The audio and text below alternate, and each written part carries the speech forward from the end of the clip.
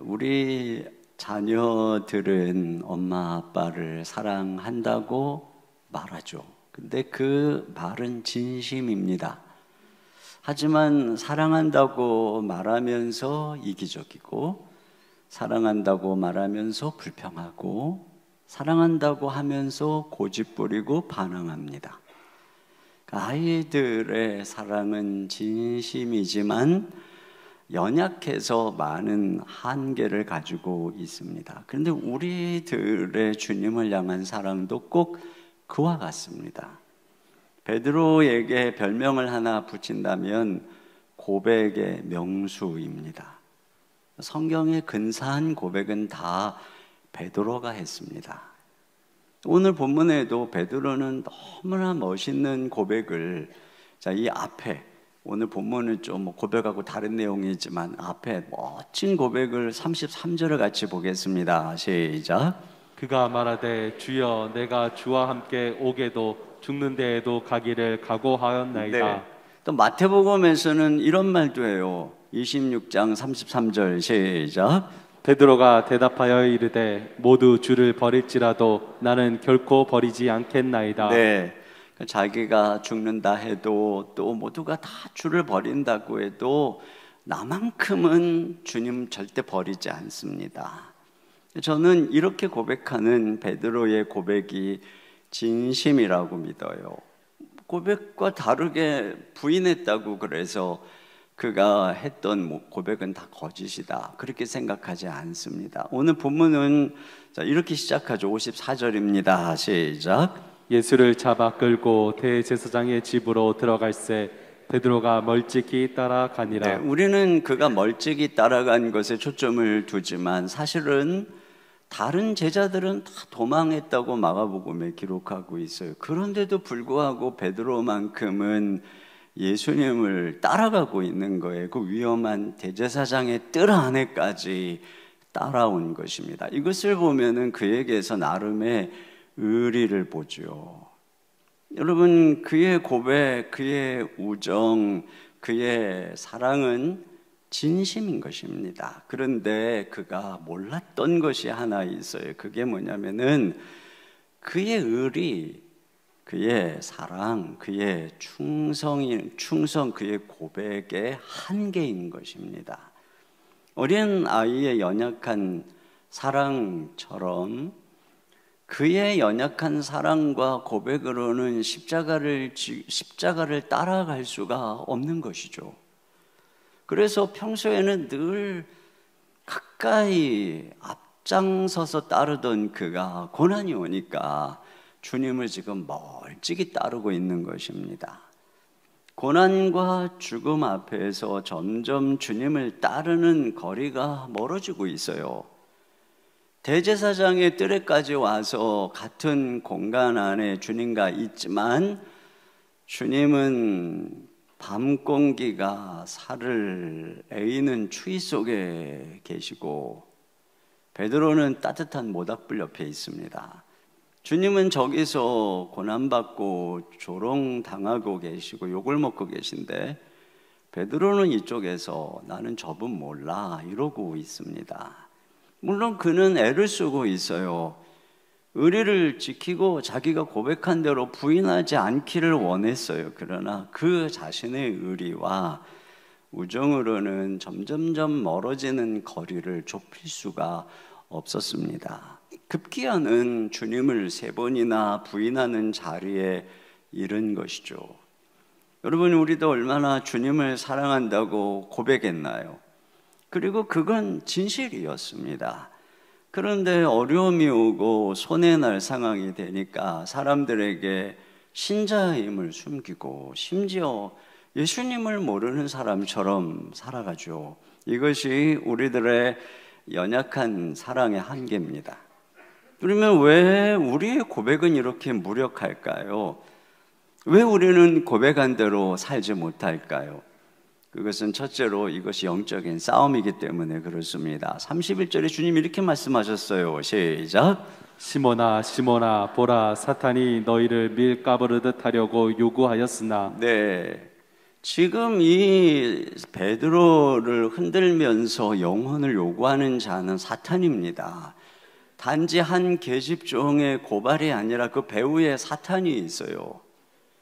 그를 고발하는 자들이 얼마나 집요하게 3번씩이나 그를 추궁하는지 몰라요.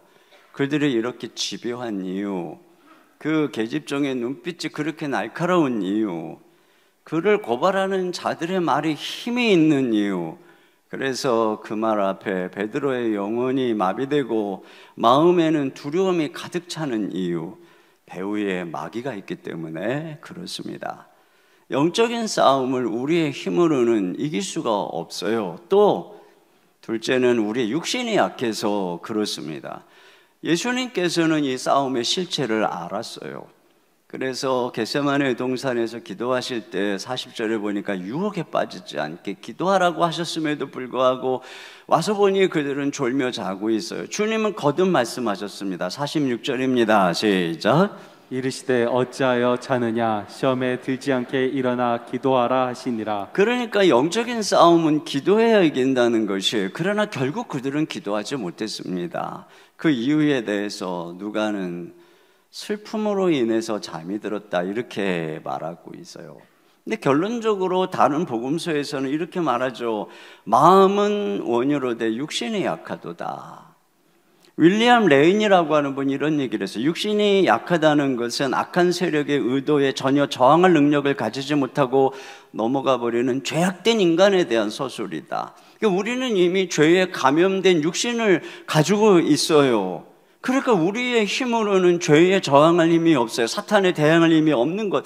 이것이 우리 인간의 현주소라고 하는 것입니다. 그러니까 우리의 고백이 거짓은 아니에요. 마음에 원하는 거예요. 그러나 우리는 육신이 약해요. 그래서 넘어지는 것입니다. 그런데 오늘 이 넘어짐이 끝이 아니라는 것이죠. 여러분, 어린 자녀의 연약함을 아는 부모가 그 연약함과 실수를 동정하는 것처럼, 그래서 그를 사랑으로 붙잡아주고 일으켜주는 것처럼 우리 주님도 그렇습니다. 고난 주간을 맞이하면서 넘어진 우리를 동정하시는 주님의 사랑의 손길을 좀 생각해 보려고 합니다. 첫째로는 그 손길은 바로 닭 울음소리로 나타납니다. 주님께서는 베드로에게 이미 경고한 바가 있어요. 34절입니다. 시작. 이르시되 베드로야 내가 내게 말하노니 오늘 닭 울기 전에 내가 3번 나를 모른다고 부인하리라 하시니라. 그렇죠. 닭 울기 전에 3번 부인할 것이다. 그런데 정말 실제적으로 베드로가 3번 부인하자 어떤 일이 일어났나요? 60절입니다. 시작. 베드로가 이르되 이 사람아 나는 내가 하는 말을 알지 못하노라 하고 아직 말하고 있을 때에 닭이 곧 울더라. 네, 정확하게 주님께서 말씀하신 대로 3번째 부인하자 곧 닭이 울었습니다. 여러분, 여기 닭이 우는 게 왜 중요할까요? 누군가는 그 닭이 새벽이 됐으니까 운 것이 아니겠습니까? 이렇게 말할 수 있겠어요. 그러나 그날 새벽 베드로에게는 그렇지 않습니다. 그날 새벽 베드로에게는 그 닭이 새벽이어서 운 것이 아니라 주님의 말씀대로 운 것입니다. 베드로가 3번 부인한 까닭에 운 것입니다. 그리고 베드로는 그 닭 울음소리로 인해서 주님이 하신 말씀에 생각이 나서 밖에 나가서 통곡을 했다라고 기록을 하고 있습니다. 그러니까 그 닭 울음소리는 베드로에게 지금 네가 주님 말씀대로 부인하고 있음을 알려주는 것이죠. 지금 마귀가 너의 영혼을 집어삼키려고 하고 있다는 것을 알려주는 것이죠. 지금 네가 잘못된 길로 들어서고 있다는 것을 알려주는, 죄를 경고하는 사이렌 소리인 것입니다. 여러분, 요나가 불순종해서 다시스로 가는 배를 타고 가니까 막 풍랑이 일어나잖아요. 결국에는 그 거세지는 풍랑 속에서 요나는 자기 죄를 자백합니다. 그러니까 그는 알아요. 풍랑이 우연이 아니라는 것을, 내 죄를 추적하고 있는 닭 울음소리라고 하는 것을 아는 것이죠. 주님과 자꾸 멀어지고 교회와 자꾸 멀어지는데 미치면 우연처럼 자꾸 집안에 일이 생기고 사랑하는 누군가가 아프고 문제가 막 터져요. 남들은 뭐 인생사가 다 그럴 수도 있는 거지, 요즘 경제적으로 다 경기가 나빠서 그런 거야 라고 말할지 모르겠지만 나는 알아요. 그것이 내 죄를 깨닫게 하는 닭울음소리라는 것을 나는 알아요. 나오미가 흉년이 들어서 베들레헴을 떠나서 이방 모압 땅으로 갔어요. 그랬더니 거기서 남편 죽고 두 아들 죽죠. 그리고 돌아온 나오미가 뭐라 그래요? 더 이상 나를 나오미가 아니라 마라라고 해라. 왜냐하면 전능자가 나를 괴롭혔기 때문이다. 그녀는 알아요. 그것이 닭울음 소리였다는 것을 아는 것입니다. 그런데 누가복음하고는 다르게 마가복음에는 주님이 네가 3번 부인하기 전에 닭이 2번 울 것이라고 말씀하고 있어요. 마가복음 14장 72절입니다. 시작. 닭이 곧 2번째 울더라. 이에 베드로가 예수께서 자기에게 하신 말씀 곧 닭이 2번 울기 전에 내가 3번 나를 부인하리라 하심이 기억되어 그 일을 생각하고 울었더라. 네, 베드로는 이미 닭이 1번 울었는데 그때는 알아차리지를 못했어요. 그래서 끝까지 3번 다 부인하고 2번째 닭이 울 때서야 비로소 그 말씀이 생각이 나서 회개의 눈물을 흘렸다는 것이죠. 여러분, 민감한 그리스도인은 첫 번째 닭 울음소리에 알아들어요. 마음에 성령님이 이 일을 근심하고 계시는구나. 내가 잘못된 생각만 해도, 내가 잘못된 말만 해도 내 속에 성령님이 근심하는 것을 느낍니다. 여러분, 성령님으로 충만한 사람은 분노를 품은 채, 미움을 품은 채 평안히 잠들 수가 없어요. 죄를 품고 절대 평안할 수가 없습니다. 그런데 민감하지 못한 사람은 이 첫 번째 닭 울음소리를 듣지 못한 채 계속 그 길을 갑니다. 계속 부인하는 길을 갑니다. 그래서 2번째 닭이 우는데 이 2번째 닭 울음소리는 더 크게 우는 것이에요. 더 큰 풍랑으로 다가오는 것입니다. 나오미가 처음 남편이 죽었을 때 첫 닭이 울은 거예요. 그때 돌아왔어야 되는데 안 돌아오니까 또 첫 번째 아들이 죽었어요. 2번째 닭이 울었어요. 그때 돌아왔어야 되는데 안 돌아오니까 마지막 아들까지 잃어버렸어요. 그제서야 돌아오는 거예요. 여러분, 우리는 결코 나오미처럼 모압 땅에서 편히 살 수 있는 존재가 아니에요. 요나처럼 무사히 다시스에 도착할 수 있는 존재가 아니에요. 가면 갈수록 닭 울음소리가 커지는 것입니다. 그러므로 처음 닭이 울 때 빨리 깨달아야 되는 것이죠. 가룟 유다의 문제가 무엇일까요? 예수님은 가룟 유다에게도 여러 차례 경고하셨어요. 여러 차례 이미 닭이 울었어요. 그러나 은혜를 팔아먹고 마음이 굳어버린 가룟 유다에게는 그 귀에 이 경고가 안 들린 것입니다. 그래서 망한 것이에요. 잠언에 보면은 지혜로운 사람은 한두 마디의 교훈님은 깨닫지만 미련한 사람은 매 100개로 다스려도 미련이 벗어지지 않는다고 말하고 있습니다. 여러분, 성령님 안에서 민감해야 됩니다. 그래서 닭이 울면 우리가 울어야 됩니다. 우리 자신의 죄악을 보고 우리의 연약함을 보고 우리의 이 불순종의 걸음을 보고 회개하면서 우리가 울어야 되는 것입니다.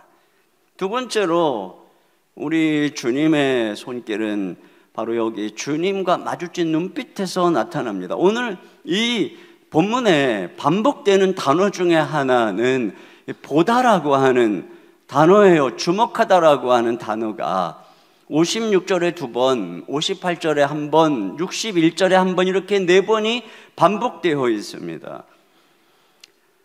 모두 다 베드로를 주목하는 시선들입니다. 그 시선들은 다 각각 다른 시선들이에요. 첫째로 그 시선은 그를 고발하고 정죄하는 시선입니다.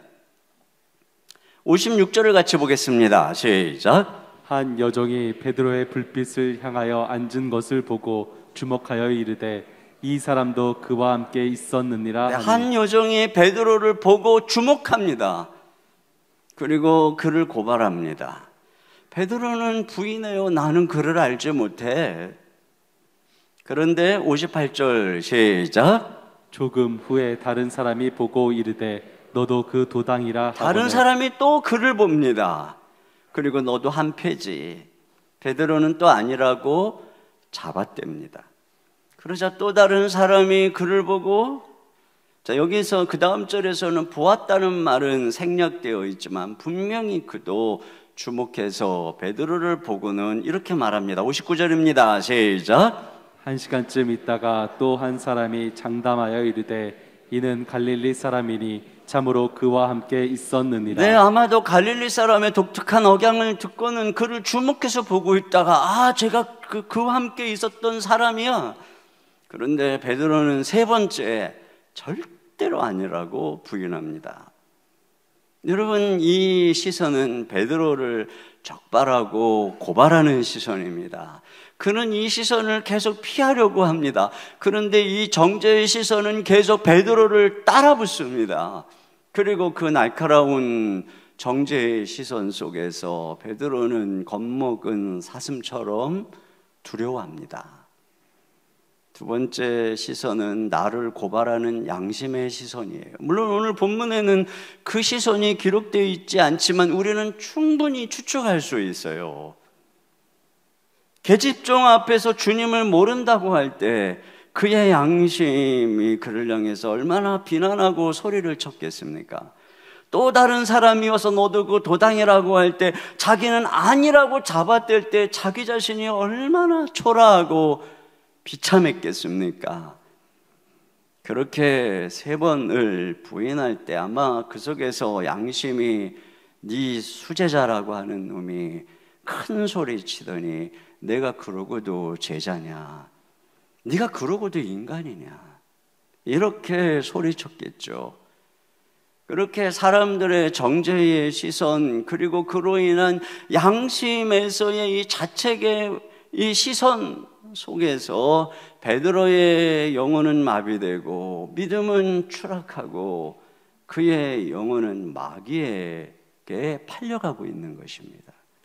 인도에서 대부분의 삶을 보낸 스페인의 한 수도사가 인도의 어느 시골 지방을 자전거를 타고 그 한적한, 그리고 뭐 풀벌레 소리, 새소리가 가득한 곳을 자전거를 타고 가다가 순간 이상한 걸 느꼈어요. 모든 자연의 소리와 동작이 멎어버린 듯한 이상한 정적을 느낀 것입니다.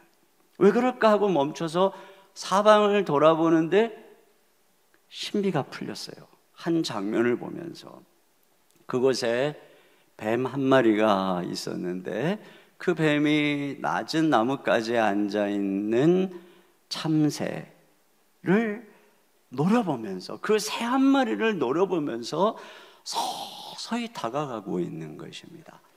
그런데 그 새는, 그 작은 새는 이 뱀의 눈빛에 최면이 걸려서 꼼짝 못하고 묶여 있는 거예요.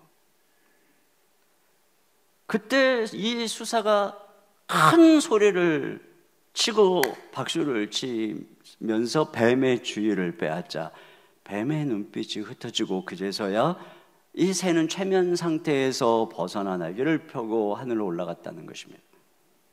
뱀의 눈빛이 새를 마비시킨 것입니다. 여러분, 이와 같이 우리의 인생을 마비시키는 눈빛은 정죄의 눈빛입니다. 사람들의 정죄의 눈빛, 그리고 내 양심이 나를 비난하는 눈빛, 이 시선이 베드로의 믿음을 마비시켰어요.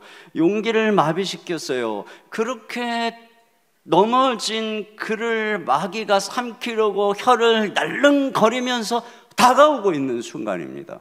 그런데 바로 그때 세 번째 시선이 도착합니다.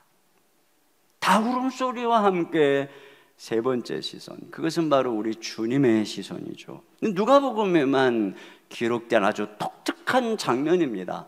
61절 상반절에 보니까 주께서 돌이켜 베드로를 보시니, 주께서 돌이켜 베드로를 보시니, 여러분 아마도 3번 부인하고 하는 순간에 닭이 울자 베드로가 그 말씀이 생각나서 예수님을 향해서 고개를 돌렸을 것입니다. 그때 예수님도 베드로를 향해서 돌이켜 보신 것이죠. 눈빛이 마주쳤습니다. 그 눈빛은 어떤 눈빛일까요?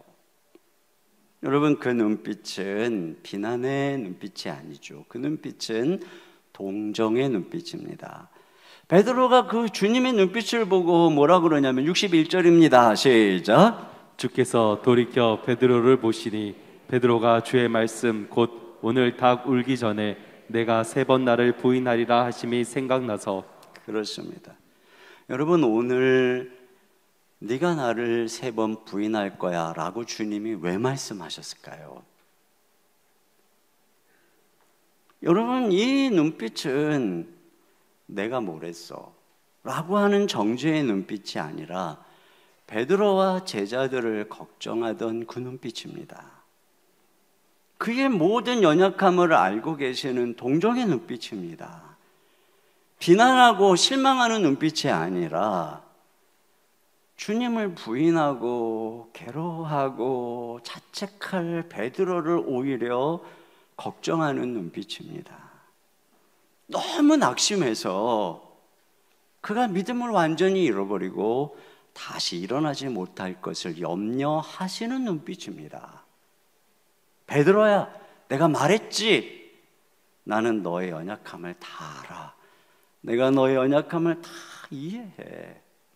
그런 눈빛, 동정의 눈빛입니다. 그리고 그 눈빛은 용서의 눈빛입니다. 여러분, 그렇게 걱정하시던 주님이 분명히 이렇게 말씀하셨어요. 32절 하반절에 너는 돌이킨 후에 내 형제를 굳게 하라. 주님께서는 그가 돌이킬 거라고, 그리고 그때 너는 형제를 돌보라고.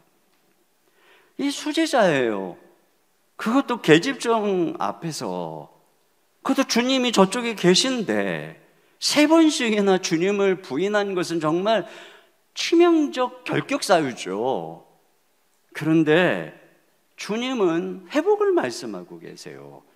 이건 뭐죠? 예수님이 용서하신다는 거예요. 여러분, 예수님이 이 이야기를 들을 때 주님 얼마나 가슴이 아프셨을까요? 지금 얼마나 힘든 상황이에요. 그러나 예수님은 용서하신다는 거예요. 여기 보면 베드로는 나가서 심히 통곡하고 주님은 희롱과 수치와 욕을 당해요. 왜요? 베드로가 그의 부인, 그의 배신, 그의 죄로 인해서 당해야 되는 희롱과 수치와 욕을 우리 주 예수님이 대신 당하고 있는 것입니다.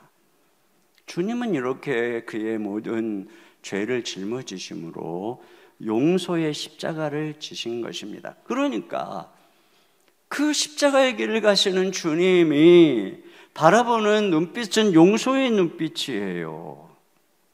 베드로가 겁을 먹고 주님을 3번씩이나 부인하는 소리를 다 그 같은 마당에서 주님이 들으셨을 거예요. 주님의 귀는 오직 베드로의 영혼에 있었을 테니까 말이죠. 그때 주님의 마음은 아마도 이 못으로 창으로 찌르는 것보다 더 아프셨을 것입니다. 그러나 베드로를 향한 사랑의 마음이 그 아픔보다 컸어요. 그 아픔, 그 고통 다 담당하시고 대신 조롱과 고난을 당하시고 주님은 용서의 길을 가신 것입니다. 그러므로 이 눈빛은 동일한 눈빛입니다. 여러분, 사람들의 눈빛은 자주 변해요. 이 세상에 우리를 바라보는 눈빛은 행위에 따라 바뀌어요. 그러나 이 넘어진 순간에 베드로가 본 예수님의 눈빛은 동일한 눈빛이에요. 넘어진 그를 향해서 비난하고 경멸하는 눈빛이 아니라 그를 동정하는 눈빛, 그를 걱정하는 눈빛, 여전히 나는 너를 사랑한다. 여전히 너는 소중하고 존귀한 나의 제자다. 여전히 너는 나의 수제자다. 여전히 너는 흔들리지 않는 반석이고 여전히 나는 그 반석 위에 내 교회를 세울 것이다. 이렇게 믿어주시는 눈빛입니다. 여러분, 우리 주 예수님이 우리를 바라보는 눈빛은 처음 우리를 만나셨을 때부터 지금까지 한 번도 바뀐 적이 없어요. 사람들은 바뀔 수 있어요. 그러나 예수님이 저와 여러분을 바라보는 눈빛은 영원한 동일한 눈빛인 줄로 믿습니다.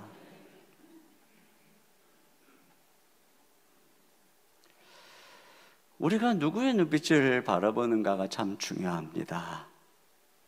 자주 바뀌는 사람들의 눈빛, 정죄의 눈빛인가요? 아니면 하나님의 눈빛인가요? 우리가 하나님의 시선을 잃어버리고 인간의 시선만을 의식하며 영원히 마비됩니다. 용기를 잃어버립니다. 그러나 변함없는 주님의 시선을 날마다 응시할 때 우리는 일어날 수 있는 것이죠. 이전에 베드로는 예수님의 이런 긍휼의 눈빛을 이해할 수 없었어요. 세리와 죄인들을 불쌍히 여기는 긍휼의 눈빛을 이해할 수 없었습니다. 현장에서 가늠하다 붙잡힌 여인을 용서하는 그 눈빛을 이해할 수 없었습니다. 그러나 그가 넘어지고 나서야 베드로는 그 눈빛을 이해합니다. 베드로를 바꾼 것은 이렇게 처절하게 넘어졌을 때 그를 찾아온 용서와 긍휼의 눈빛입니다. 진정한 신앙은 이 넘어짐, 꺾임 속에서 비로소 잉태되는 것입니다. 처절하게 자신에게 실망하고 오직 주님의 긍휼과 그분의 사랑과 용서의 의지에서 일어날 때 비로소 더 이상 나의 연약한 사랑, 나의 연약한 용기를 의지하지 않는 그런 존재로 변화되는 것이죠. 이렇게 꺾이고 나니 베드로가 드디어 무릎 꿇는 인생이 되는 것입니다. 겟세마네 없이 걸어가다가 무너진 베드로가 이제는 겟세마네 없이는 한 걸음도 가지 않는 사람이 되는 것입니다. 결국 그가 십자가를 지고 주님을 따라가는 것입니다. 용기 있게 담대하게 외치던 그가 아니라 이와 같이 처절하게 넘어져서 주님의 사랑과 긍휼의 눈빛으로 일어난, 더 이상 나를 의지하지 않고 그 사랑을 의지하는 그가 비로소 십자가를 지고 주님을 따라가는 것이죠.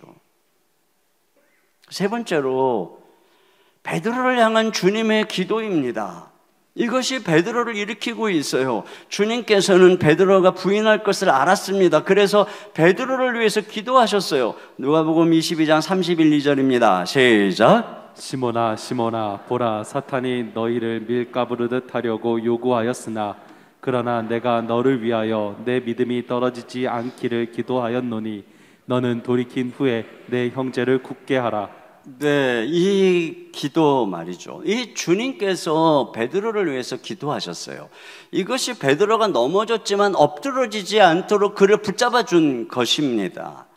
근데 여러분, 우리는 이 주님이 그를 붙잡아 주신 기도의 특징을 좀 더 엿보고 생각해 볼 필요가 있어요. 여러분, 이 기도의 특징은 무슨 단 한 번 잠시의 그를 위해서 그냥 슬쩍한 기도가 아닌 것을, 그 기도가 얼마나 간절한 기도였는가를 뒤이어 나오는 주님의 겟세마네 기도를 통해서 알 수 있습니다. 겟세마네에서의 주님의 기도는 우리를 위해서 십자가를 지시기 위한 몸부림입니다. 그 기도는 넘어지고 배신한 제자들을 놓치지 않기 위한 기도이고 그들을 잃어버리지 않고 끝까지 사랑하고 용서하기 위한 기도입니다. 그래서 주님은 간절하게 기도하신 거죠. 44절 같이 보겠습니다. 시작. 예수께서 힘쓰고 애써 더욱 간절히 기도하시니 땀이 땅에 떨어지는 핏방울 같이 되더라. 네, 누구를 위해 이렇게 기도하셨겠어요? 우리를 위한 십자가를 지려고 말이죠. 근데 이 기도는 또한 끈질긴 기도임을 알 수 있어요. 자, 주님이 겟세마네 동산에서 3번씩이나 기도의 자리에 아버지께 나아갔던 것을 보지만 또 뒤로 가보면 십자가상에 매달려서조차도 우리를 위해서 기도하시는 주님의 모습을 볼 수 있습니다. 누가복음 23장 34절입니다. 시작. 이에 예수께서 이르시되 아버지 저들을 사하여 주옵소서 자기들이 하는 것을 알지 못함이니이다 하시더라. 그렇습니다. 그리고 부활 승천하신 예수님께서는 지금도 하나님 보좌 우편에서 우리를 위해 기도하시고 계세요. 로마서 8장 34절입니다. 시작. 누가 정죄하리요 죽으실 뿐 아니라 다시 살아나신 이는 그리스도 예수시니 그는 하나님 우편에 계신 자요 우리를 위하여 간구하시는 자신이라. 네, 여러분, 우리는 사랑하는 사람을 위해서 기도합니다. 우리는 자녀를 사랑하기 때문에 늘 그들을 위해서 기도합니다. 더군다나 자녀가 아프거나 문제가 있으면 우리는 얼마나 간절히 기도하나요? 이 기도야말로 진실한 사랑의 증거입니다. 아무도 안 보는 곳에서 그를 위해서 하나님께 간구하는 것만큼 그의 사랑이 진실하다는 것을 보여주는 것은 없습니다. 믿음의 아내는 남편을 위해서 늘 기도합니다. 여러분, 남편들은 이것이 얼마나 숭고하고 진실한 사랑인지 아셔야 합니다. 언젠가 저의 부모님이 믿음이 연약하실 때 제가 폐결핵에 걸리고 고통 속에서 신학 공부하던 시절, 불면증과 온갖 합병증으로 너무 고독하게 씨름하던 시절, 새벽에 하나님 앞에 기도를 하는데 과연 이 시간에 나를 위해서 기도하는 사람은 누가 있을까 하고 생각했을 때 아무도 나를 위해서 기도하는 사람이 떠올려지지 않을 때가 있었어요. 그때 주변에 내 친구들을 보면서 부모님이 그를 위해서 새벽에서 기도하는 친구들을 부러워하던 그 시절이었어요. 근데 제가 이 말씀을 묵상하면서 든 생각이, 그때 주님이 나를 위해 기도하고 계셨구나. 그때 아무도 없다고 생각한 그때, 내가 아파서 낙심하고 쓰러질 것 같은 그때 주님이 베드로를 위해 기도하듯이 나를 위해서, 아픈 나를 위해서 간절히 기도하고 계셨구나. 이게 깨달아지더라고요. 여러분, 혹시 혼자라고 느끼시나요? 아무도 내 사정을 몰라 그렇게 외롭고 힘드신가요? 근데 여러분, 주님이 여러분을 위해서 지금도 기도하고 계세요. 이 기도는 과거형이 아니에요. 지금도 우리와 함께 하시고 지금도 우리를 위해 기도하시는 것이죠. 그렇게 주님의 사랑은 지금도 저와 여러분을 향해서 계속 향하고 있는 거예요. 그 십자가에서 한 번의 사랑으로 끝난 것이 아니라 그 사랑이, 그 기도가 우리를 붙잡아 주시고 우리가 넘어져도 다시 일어나도록 인도해 주고 계시는 것입니다.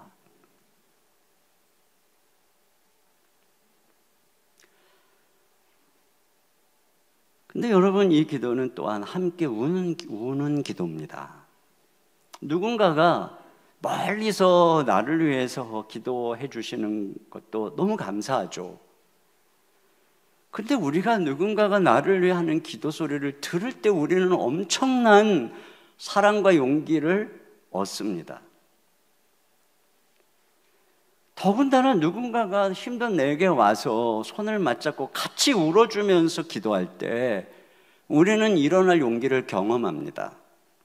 여러분, 그런 면에서 예수님은 저 하나님 보좌 우편에서만 우리를 위해서 기도하시는 것이 아니라 우리에게 보혜사 성령님을 보내서 우리와 함께 하시면서 그 성령님이 우리 안에서 어떻게 하시는가 보세요. 로마서 8장 26절입니다. 시작. 이와 같이 성령도 우리의 연약함을 도우시나니 우리는 마땅히 기도할 바를 알지 못하나 오직 성령이 말할 수 없는 탄식으로 우리를 위하여 친히 간구하시느니라. 네, 여기 보면은 성령님께서 우리 가운데 오셔서 우리를 위해서 친히 간구하시는데 뭐라고 그러냐면은 말할 수 없는 탄식으로라고 하고 계세요. 근데 여러분, 이 탄식의 의미가 뭐겠어요? 이 로마서 8장 앞에 보면은 모든 피조물의 탄식이 나와요. 그리고 이런 이 세상을 살아가고 있는 모든 많은 양자된 자, 하나님의 자녀들, 신자들의 탄식이 나와요. 그 탄식하는 신자들 안에 오신 성령님이 이 땅에서의 슬픔, 낙심, 고통 때문에 탄식하고 있는 신자들 안에 성령님께서 오셔서 말할 수 없는 탄식으로, 이게 무슨 얘기입니까? 우리와 함께 울어주시면서 우리와 함께 탄식하시면서 우리를 위해서 친히 간구하신다는 것이에요. 여러분, 바로 이러한 성령님의 말할 수 없는 탄식으로 우리 안에서 기도하시며 우리를 위로해 주시고 격려해 주시는 은혜로 인해서 우리의 슬픔이 기도로 승화되는 것입니다.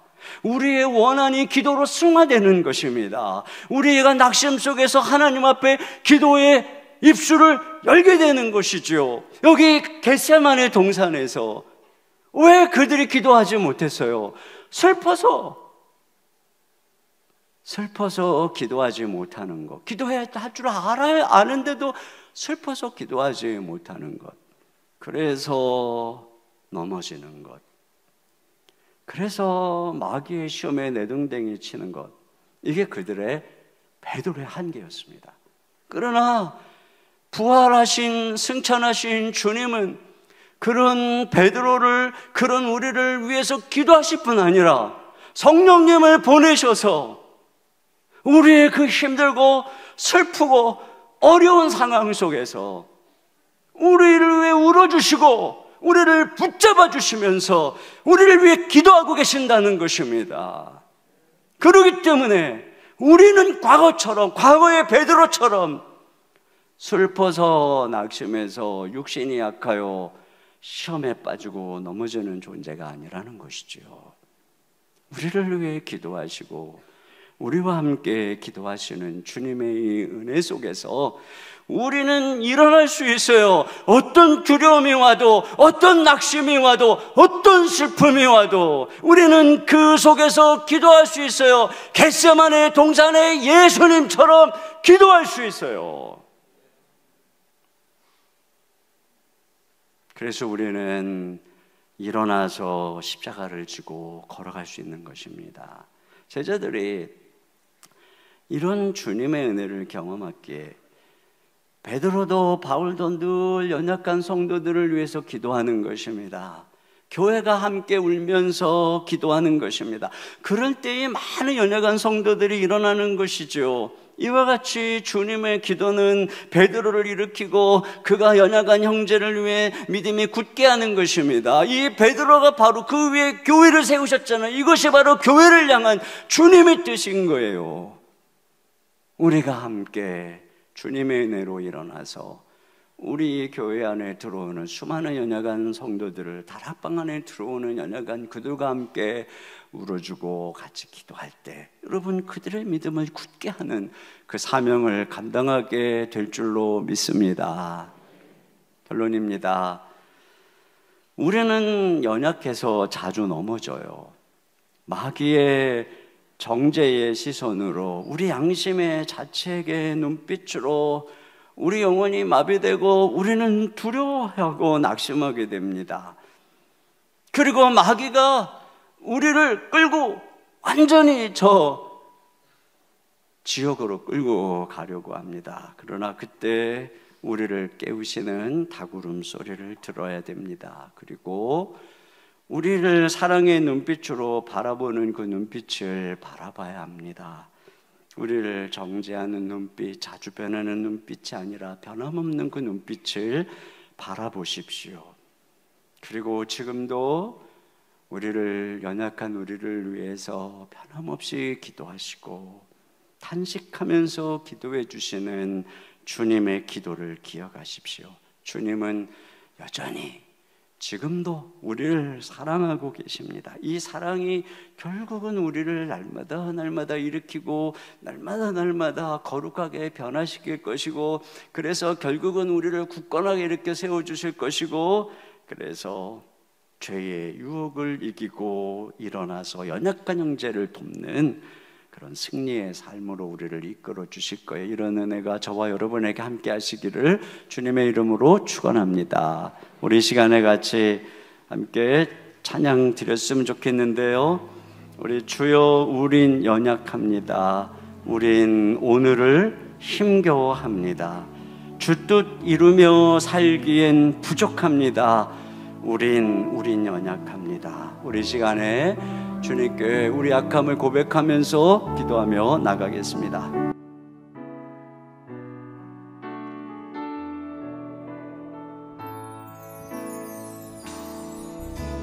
주여 우린 연약합니다. 우리 오늘을 힘겨워합니다. 주 뜻 이루며 살기에 부족합니다. 우린 연약합니다. 주여 우린 넘어집니다. 주여 우린 넘어집니다. 오늘 하루 또 실수합니다. 주의 그 길을 구하리 죄인입니다. 우리 주만 바라봅니다. 한없는 주님의 은혜, 온 세상 위에 넘칩니다. 가릴 수 없는 주 영광, 온 땅 위에 충만합니다. 주님만이 길이 오니 우린 그 길 따라갑니다. 그날에 우리를 이루시 주는 완전합니다. 한없는 주님의 은혜, 한없는 주님의 은혜, 온 세상 위에 넘칩니다. 가릴 수 없는 주 영광, 온 땅 위에 충만합니다. 주님만이 길이 오니 우린 그 길 따라갑니다. 그날에 우리를 이루시 주는 완전합니다. 우리 이 시간 함께 기도 제목 읽고 같이 한 목소리로 기도하겠습니다. 같이 기도 제목이 있습니다. 우리의 연약한 사랑과 고백의 한계를 아시는 주님, 우리가 넘어질 때 닭울음 소리에 민감하게 하시고 죄를 회개하며 주께로 돌이키게 하소서. 나를 비난하며 정죄하는 시선에서 벗어나 변함없는 사랑으로 용서하며 일으키시는 주님의 눈빛을 바라보게 하소서. 내일부터 시작하는 고난주간 동안 함께 새벽을 깨우며 간절히 기도할 때 우리를 붙들고 일으켜 주시는 예수님의 사랑을 더욱 깊이 경험하게 하소서. 우리 같이 한 목소리로 말씀을 생각하면서 기도하겠습니다.